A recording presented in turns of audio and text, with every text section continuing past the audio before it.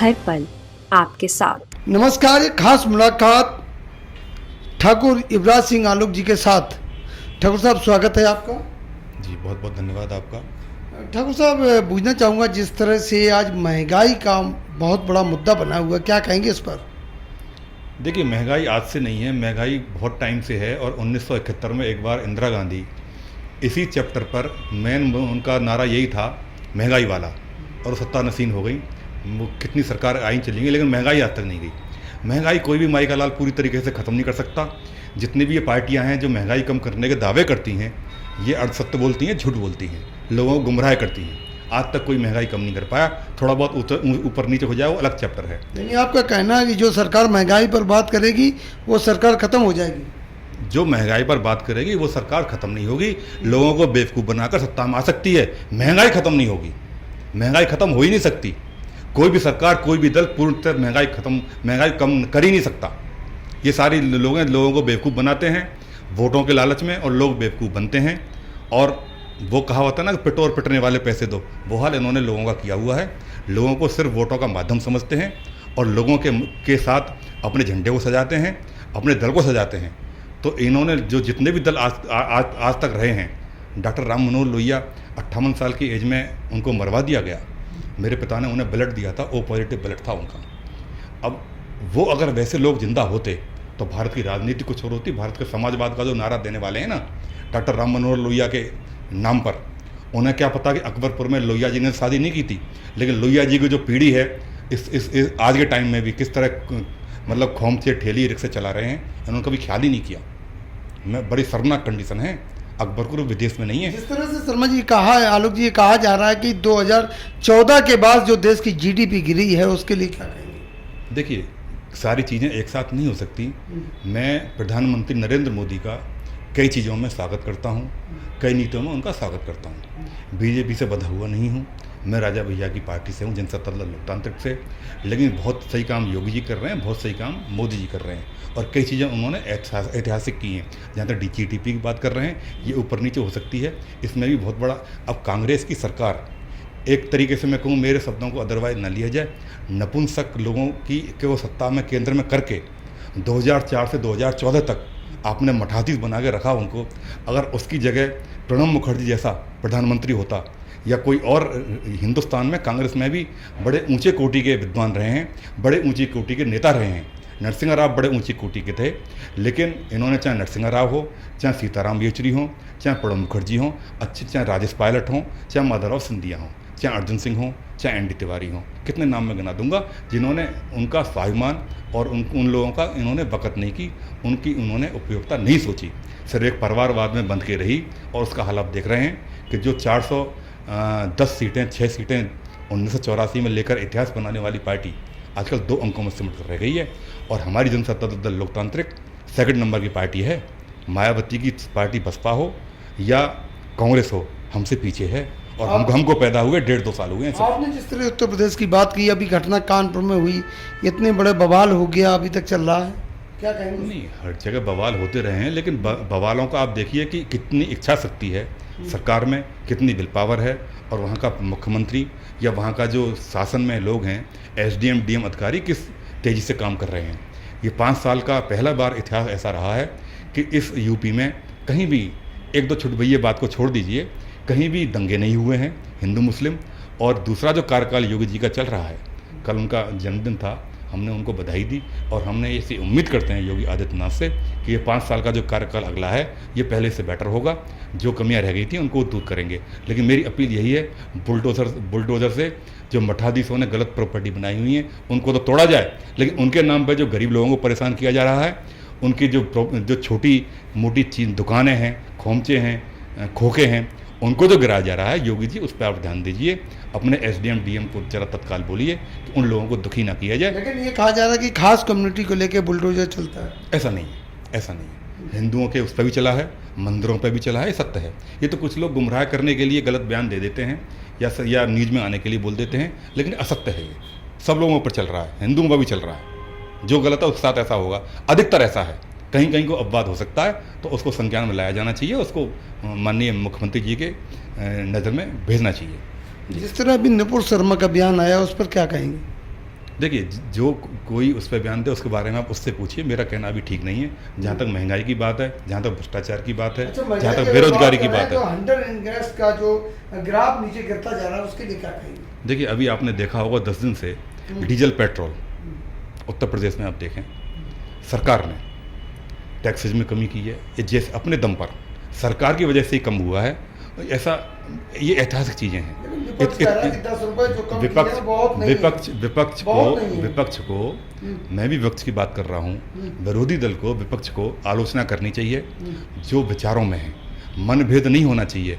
एक मन बनाकर बैठ गए, अरे कभी कोई सत्ता वाली पार्टी अच्छा काम भी तो कर सकती है, तो सत्ता वाली पार्टी जो अच्छा काम कर रही है उसके लिए शाबाशी भी देना चाहिए। जो अटल जी देते थे, डॉक्टर राम मनोहर लोहिया देते थे, मेरे पिता देते थे, चंद्रशेखर जी देते थे, लेकिन वो परंपरा करीब करीब धूमिल हो गई है, खत्म हो गई है। बस विरोध करना विरोध वाली बात हो गई है। कहते हैं कि प्रधानमंत्री महंगाई का मान नहीं बोल रहे हैं। नहीं, प्रधानमंत्री कई चीज़ों पर नहीं बोल रहे हैं, वो बात ठीक है।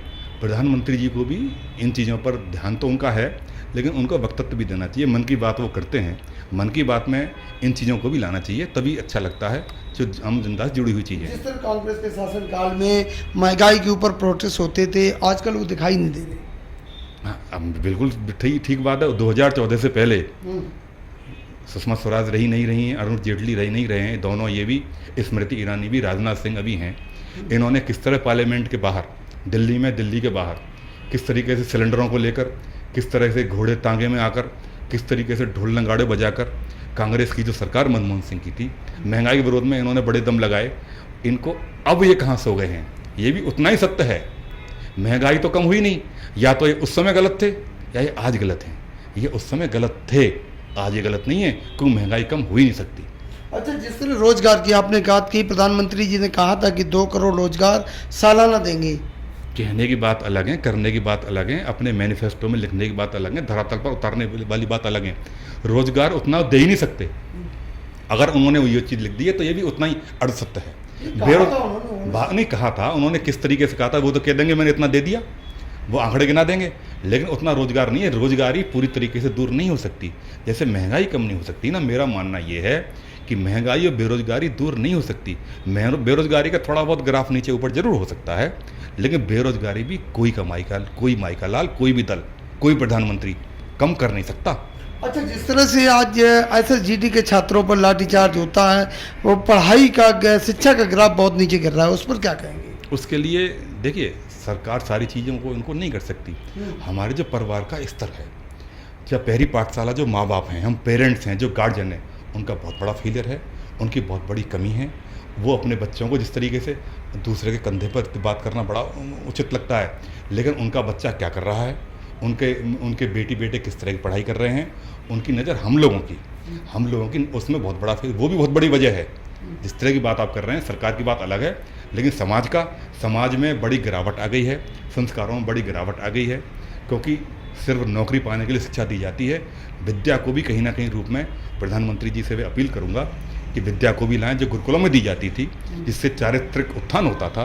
क्योंकि चरित्र उत्थान पर तो कोई ध्यान ही नहीं दे रहा, ना सरकार दे रही, ना कोई पेरेंट्स दे रहा, ना इससे नौकरी मिलती।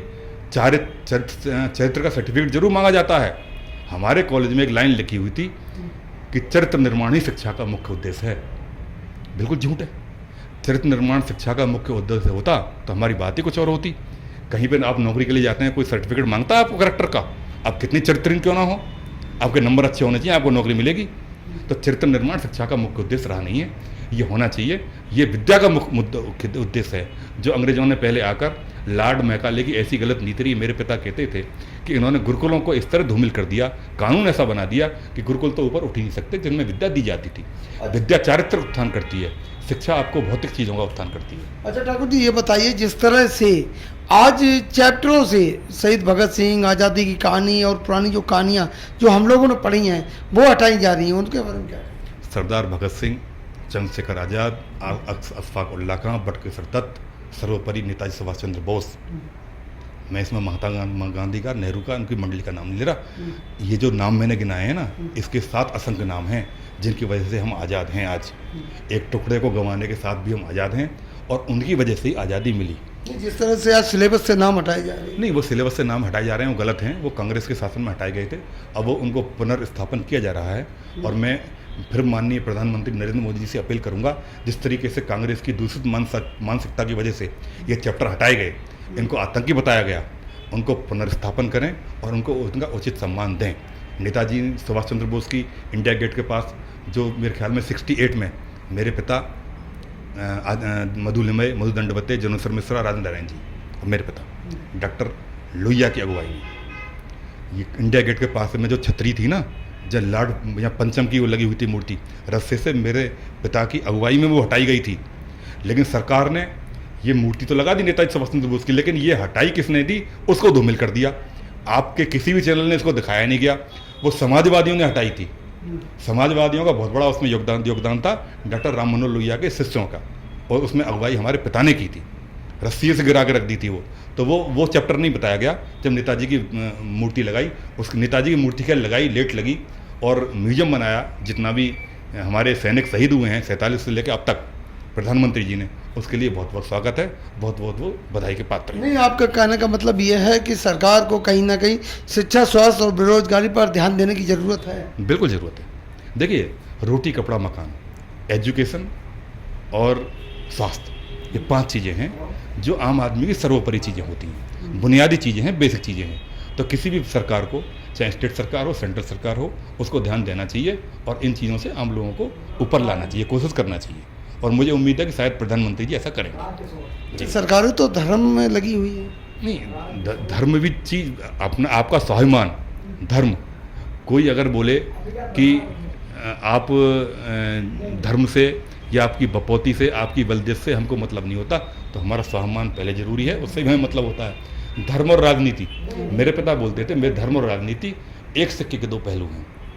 अच्छाई को जीवित रखना धर्म है, बुराई से लड़ना राजनीति है। एक दूसरे के बिना ये अधूरे हैं।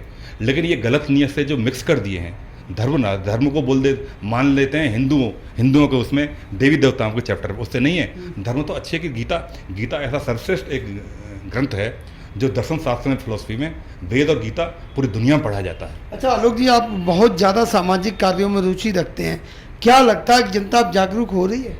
जनता धीरे धीरे जागरूक हो रही है।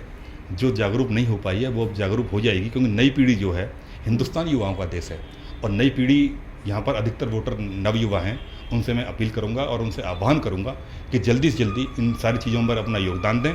और जनता की जो पहले का भारत था, आज से 15 साल 10 साल पुराना, उससे भारत अलग दिख रहा है और हमें उम्मीद है कि 2-4 साल में हम और ऊपर जाएंगे। जी, तो साथियों, देखा, ये थे ठाकुर युवराज सिंह आलोक आज की खास मुलाकात में।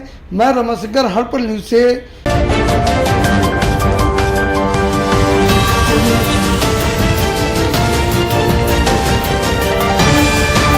हर पल आपके साथ।